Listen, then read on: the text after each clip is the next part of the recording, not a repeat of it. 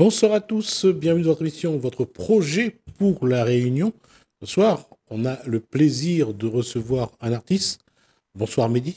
Bonsoir. Mehdi Mehdi. MLC. Exactement, Mehdi MLC. Euh, D'abord, qui est Mehdi?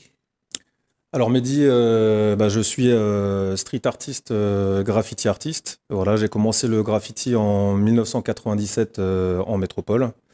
Et depuis, j'exerce le graffiti à titre professionnel depuis 2007 sur le département réunionnais, dans l'océan Indien et en parallèle toujours en continuité en métropole. Là, le street art, c'est ça? Ouais. C'est le, j'allais dire, un petit peu votre, c'est une passion ou c'est Alors c'est une discipline qu'on fait parce qu'on a envie de faire quelque chose? non, c'est réellement une passion à la base. Donc moi, je suis fan de dessin et je suis tombé dans la culture hip-hop fin des années 90. Et donc du coup, ma passion, c'est vraiment le graffiti. Et c'est mon travail du coup à côté. Alors, juste une parenthèse. La culture hip-hop, Oui. si on doit le définir, comment on pourrait le définir? C'est d'être vraiment dans l'expression. Alors à la base, oui. Enfin pour moi, la culture, on va dire, ça a vraiment un côté spirituel. Elle est axée en cinq disciplines, pardon. Il y a la danse, le graffiti, le rap, le DJing et le beatbox. Et c'est dans un esprit de compétitivité positive. Donc voilà, c'est avec rien, essayer de donner le meilleur qu'on a. Avec rien. Et surtout, ce qui est intéressant de voir, c'est la capacité de création, c'est le pouvoir de création qu'a l'artiste. Exactement. Ben après, voilà, c'est justement cet esprit de compétitivité qui nous permet de toujours essayer d'aller de l'avant, toujours progresser et toujours donner le meilleur de soi-même. Dans une des vidéos que ma fille m'a montré D'accord? sur le B-Box, on voyait une jeune fille avec son père en train D'accord. D'échanger de du voir beatbox, je qui vois. c'est qui est capable de faire mieux Ouais, que ouais. l'autre, hein. Exactement. Et je trouvais ça magnifique parce que c'était vraiment un plaisir de se tirer la bourre finalement. C'était pas d'être l'un contre l'autre, mais c'est de toujours aller au plus haut, au plus fort et au mieux, quoi. Voilà, le dépassement de soi-même dans la positivité. Voilà, ça c'est vraiment le fondement même de la culture hip-hop. Donc ça reste quelque chose de très très positif. Et dans la culture hip-hop, pourquoi j'ai posé la question, c'est que tout est fait pour qu'il n'y ait jamais de barrière. Pas de limite, toujours le dépassement de soi. C'est voilà, c'est un des principes de la culture, effectivement. Ça fait partie un petit peu de la culture urbaine. Ça fait totalement partie de la culture urbaine, vu qu'elle est née dans le milieu urbain aux États-Unis, fin des années 70. Ouais. Pourquoi je pose la question, c'est parce que je me suis toujours posé la question, à savoir, quand le rap est arrivé, la, quand le rap est arrivé, quand le rap est sorti justement de, des quartiers, des villes, c'était, on s'est pas rendu compte à quel point que c'était une échappatoire, une façon de briser des murs. Et que ce soit B-Box, que ce soit le street art, c'est toujours sortir, s'évader. C'est toujours sortir, s'évader. Voilà, c'est un mouvement contestataire qui vient d'un milieu pauvre, avec voilà où il y a des problèmes de classe sociale, etc. Donc aux États-Unis, c'est en plus né dans les années 70, là où il y avait une forte crise économique aux États-Unis. Donc c'est vraiment né dans un contexte politique et social compliqué. Donc ce mouvement est contestataire de base. Après, c'est le dépassement de soi et effectivement, ça casse toutes les codes et tous les codes et ça a dépassé toutes les barrières, toutes les frontières aussi. Et à l'heure actuelle, le mouvement hip-hop, c'est le mouvement qui a perduré le plus longtemps dans l'histoire de la culture, au-delà du rock et des autres mouvements alternatifs qui ont pu exister les décennies précédentes. Donc là, on est à l'heure actuelle sur 50 ans du hip-hop qu'on a fêté l'année dernière, cette année. Et du coup, voilà, on est la plus grosse culture contemporaine mondiale. Et quand on voit ce que la danse peut faire, et on voit comment la danse et le mouvement hip-hop a, j'allais dire, intégré les autres danses, surtout le pop, comme Michael Jackson Tout à fait. a utilisé, on voit bien que le hip-hop a apporté quelque chose vraiment de nouveau, quoi. Alors oui, en fait, faut prendre ça dans le sens inverse. C'est que en fait, le mouvement hip-hop s'est inspiré à la base de plein d'autres mouvements, Oui. ne serait-ce qu'au niveau du reggae, de la musique, du steady, du ska, et au niveau de la danse, de toutes les influences de danse. Et du coup, les gens, en s'y intéressant, ont découvert que voilà, c'était un panel super élargi au niveau des influences et que du coup, il y avait possibilité d'en tirer des choses extrêmement positives, une facilité d'adapter la danse hip-hop sur tous les autres registres. Et pareil pour les autres disciplines du mouvement hip-hop. Et, et on a vu lorsqu'on a commencé je veux dire, la peinture, j'allais dire de mettre des messages sur des murs, sur des façades, pour que les jeunes ont commencé à exprimer un petit peu leur regard, leur façon de vivre. On voit tout ce que ça a apporté aussi. On a commencé à comprendre un petit peu ce que pouvaient ressentir ces générations-là. Exactement. Bah après, voilà, hein, c'est comme on disait à l'instant, c'est un mouvement contestataire. Donc, dans le graffiti, qui est la branche la plus contestataire du milieu hip-hop, la plus revendicative, c'est un message fort qui s'impose aux gens. C'est un peu le concept de plus de graphes, moins de pub. De toute façon, là où on est, vous êtes obligé d'avoir l'impact du message et de lire celui-ci, quoi. Justement, même cette façon, bon, c'est normal, les générations évoluent, la façon de concevoir ou de voir le dessin évolue également. Comment, pour Mehdi, comment cette passion, cette discipline, la street art, a évolué depuis qu'elle a commencé à exister? Alors, bah pour ma part, pardon, elle a énormément évolué parce que du coup, je suis parti de dessinateur à rentrer dans le milieu hip-hop, à graffeur et être activiste du mouvement hip-hop. Et maintenant, j'en suis à un stade où c'est ma profession. Donc voilà, ça fait des années qu'on essaye de démocratiser le graffiti, les arts urbains en général, pour montrer la valeur que ça a et voilà tout ce qui peut en découler. Et maintenant, on va dire que ça fait 9 ans que je vis pleinement de mon art. Donc, du coup, l'évolution est constante et assez énorme par rapport à mes débuts fin des années 90, 1997 exactement. Je ne dis pas qu'on a détourné le street art, mais quand on voit par exemple sur un immeuble toute la façade avec une belle image d'un enfant, une belle image de douceur, des couleurs pastel, on se rend compte à quel point ces dessins ont une influence Hum, hum. sur le cerveau et sur le comportement humain. Exactement. Bah, en fait, je pense que, voilà, bah, comme tout, il y a une évolution. Et bah, si on prend mon parcours personnel, effectivement, on peut partir d'un message contestataire. Mais avec la maturité et les années qui défilent, on se rend compte que bah, le message, des fois, il est beaucoup Plus doux. plus doux. Et plus il est doux, plus il est impactant pour le Ouais. public. C'est-à-dire que voilà, les gens s'arrêtent quand il y a des belles couleurs, quand ça suscite de l'intérêt, qu'il y a des détails, une finesse dans le dessin. Les gens vont s'arrêter, vont trouver ça agréable et après vont comprendre qu'il y a un message. Il y a une double lecture à chaque fois dans les œuvres d'art. Et le street art, enfin ce qu'on appelle le street art, mais qui est issu du graffiti, maintenant va dans ce sens-là, ou en tout cas essaye. C'est vraiment le but premier, on va dire. Juste pour faire une comparaison, si on prend le tableau, je ne sais plus, c'est Van Gogh, La Nuit étoilée, Mhm. et on a ça en tête, c'est une image, ça apporte son émotion, et on regarde un dessin de street art.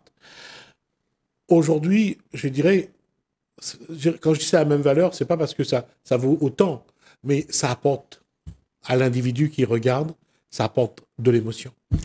Alors ça apporte de l'émotion, effectivement. Après, la même valeur, je comprends, oui Ouais. et non. Par contre, ça a un impact différent. Et je pense que la sensibilité des gens est d'autant plus grande parce que trouver une œuvre d'art dans la rue à portée de main de tous est dans un contexte différent. Parce qu'une œuvre d'art dans la rue, voilà, souvent l'œuvre est mise en situation, il y a tout ce qui va autour qui est en lien direct avec l'œuvre, donc ça suscite plus d'intérêt. L'œuvre, elle parle d'elle-même. Tout à fait. Voilà. Et pourquoi j'avais fait cette comparaison-là? Parce que là, les tableaux sont souvent dans des musées. Mhm. C'est joli, ça a un niveau social plus confortable. Alors que le street art, le dessin qu'on a dans la rue, c'est souvent sur un mur, sur une façade, et ça empêche de voir parfois ce que disait Brel dans sa chanson, ça empêche de voir la laideur des faubourgs. Bah exactement, c'est voilà. Et au-delà du sens artistique, il y a aussi un peu le cache-misère. Donc Ouais. c'est pour ça que voilà, souvent les street artistes, les graffiti artistes sont appelés pour faire voilà des façades d'immeubles, rénover des lieux qui sont un peu voilà mis de côté ou mis à l'écart par le système. Donc voilà, c'est une plus-value pour le lieu, c'est un embellissement du quartier et du coup exactement un peu le côté cache-misère. Ouais. Depuis le moment où Mehdi a découvert, s'est passionné pour pour cette art, à aujourd'hui, comment lui, il a évolué à travers son art? Alors moi, j'ai pas mal évolué, et notamment voilà, sur les 16-17 ans à La Réunion, ça m'a très très très influencé sur mon parcours artistique. Ce qui revient à ce qu'on disait tout à l'heure, maintenant je suis plus dans une optique d'art-thérapie, où voilà, je vais essayer d'absorber l'attention des gens par un message positif, très coloré, une séduction visuelle voilà, pour les passants. Et donc du coup, en plus de ça, j'ai eu une démarche artistique très longue pour trouver vraiment mon univers. Et maintenant, j'ai une thématique, un fil conducteur qui est la force de la beauté métissée à travers voilà, mes œuvres, qu'elles soient en galerie ou dans la rue ou sur façade d'immeuble. Voilà, j'ai ma ligne directive. Un auteur qui écrit, que ce soit Victor Hugo dans son poème des Contemplations de Main des Lobes, ou que ce soit Paul Verlaine, surtout quand il vient à La Réunion, et en quête de quelque chose, à travers les mots, on voit la souffrance, on voit comment il essaye j'allais dire, de contrôler un petit peu cette souffrance. Dans le street art, au départ, ça a été surtout de montrer cette souffrance. Exactement. Aujourd'hui, Mehdi essaye d'apporter quelque chose, d'être constructif, de dire que ça va faire du bien. Exactement. Bah, après, c'est toujours dans la même démarche, c'est l'évolution positive. Donc, après toutes ces années de graffiti, on se rend compte des erreurs qu'on fait et on prend une certaine maturité. Et donc, du coup, effectivement, on apprend au fil du temps que voilà, délivrer un message, s'il est fait de façon positive, a beaucoup plus d'impact que dans l'agressivité et la violence. Chose qu'on va plus aller dans cette direction-là quand on est plus jeune, plus déterminé et un peu plus revendicatif. Dans les tableaux, on peut citer Guernica, on peut citer le radeau de la Méduse pour montrer des souffrances. Mais c'est comme le rap, quand il est sorti des cités, c'était pour dire Exactement. toute la souffrance de la cité et des gens qui y vivent. Aujourd'hui, le street art devient constructif, essaye d'apporter quelque chose. Et c'est beaucoup plus important que de dire la souffrance. Je pense qu'il faut continuer à en parler, il faut avoir des messages subliminaux ou des doubles lectures dans ses œuvres. Après, pour faire la comparaison avec le rap à la base, ça veut dire rime anticonformiste positive, rap and poésie, rime and poésie. Donc on est toujours dans la positivité. Ouais. Et voilà, le street art, le graffiti, s'il s'adoucit, va dans cette continuité-là. Donc en fait, ça se rejoint. D'accord. Et comment Mehdi va évoluer encore? Comment il se construit aussi? Parce que c'est quelque chose qui aide aussi, je suppose. Qu'est-ce que ça apporte dans la construction de l'individu, dans la construction de Mehdi? Bah moi c'est de l'art-thérapie, hein. Vraiment voilà, ma passion et mon travail permet de m'apaiser et de digérer plus les éléments qui m'entourent. Donc voilà, que ce soit le contexte social, politique, etc. Donc j'essaye de donner ce côté bénéfique aux autres. C'est-à-dire que le bien que me fait la peinture, j'essaye de le transmettre aux autres à travers mes œuvres. Oui, mais quand le peintre réalise son œuvre, oui, il vit quelque chose. Quand les individus regardent l'œuvre, c'est avec leur contenu à eux, leur regard à eux. Et ce regard-là n'est pas le même. Et Non. ce qu'ils voient, c'est souvent différent. Exactement, bah, c'est tout le charme et la complexité de l'art en général, Ouais. que ce soit une poésie, une chanson, un film même. Chacun a sa lecture et c'est là où le travail est très intéressant chez la personne qui crée. C'est d'essayer de retransmettre ses émotions et de toucher le public avec. Après, en prenant en considération effectivement qu'il y a une multitude de lectures, une multitude de points de vue. Quelqu'un qui vient d'un quartier populaire n'aura absolument pas la même lecture que quelqu'un qui vient du 16e, par exemple. Mais c'est à nous de composer avec tout ça pour toucher un large public. En tout cas, moi, c'est ma démarche. Je pense que voilà, c'est le but des artistes en général. Enfin, ça devrait être notre but de toucher un large public et de faire passer des messages universels. Sur la Réunion, Oui. qu'est-ce qu'on peut dire justement à travers le street art? Qu'est-ce que les gens attendent généralement? Parce que je pense qu'il y a un échange entre Mehdi et son public et les gens qui s'y intéressent. Qu'est-ce qu'ils attendent un peu plus aujourd'hui? Alors, ce qu'ils attendent de plus, je sais pas, on va dire que le milieu street art, je parle bien street art et non graffiti art, est quand même très très prononcé à La Réunion depuis une dizaine d'années, avec une certaine spécificité. C'est vrai que le travail des artistes d'un point de vue local est quand même très très coloré, en adéquation un peu avec le département et ce qui nous entoure, hein. Et je pense qu'il y a une dynamique positive et humoristique, souvent. Et ce qui définit vraiment la scène locale. Et je pense que les gens qui suivent ce mouvement-là sont en attente d'une continuité de ça. Et justement, dans cette démarche-là, jusqu'où Mehdi peut aller dans cette démarche-là? Jusqu'où il peut apporter? Je suppose que Mehdi est papa, je suppose qu'il a combien d'enfants? Alors, je ne suis pas papa. Ah, d'accord, J'ai je pas suis d'enfant. désolé. Je me consacre exclusivement Que pour que le la moment peinture? voilà, à la peinture. D'accord. Mais avec les enfants qui sont autour de Mehdi, Voilà. qu'est-ce qu'ils attendent? Ils attendent beaucoup de choses, surtout sur le département. Donc, ça fait des années qu'on essaye de démocratiser le graffiti. Au début, on est intervenu déjà avec les commerçants et les privés il y a des années, donc notamment avec l'entreprise Alchimie, où on était dans l'Ouest, voilà, à faire des démarches, essayer de proposer des fresques et d'embellissement de quartier. Après, c'est aussi intervenir dans les centres socioculturels pour faire des initiations graffiti, sensibiliser les jeunes et les adultes à l'art urbain en général et à l'art.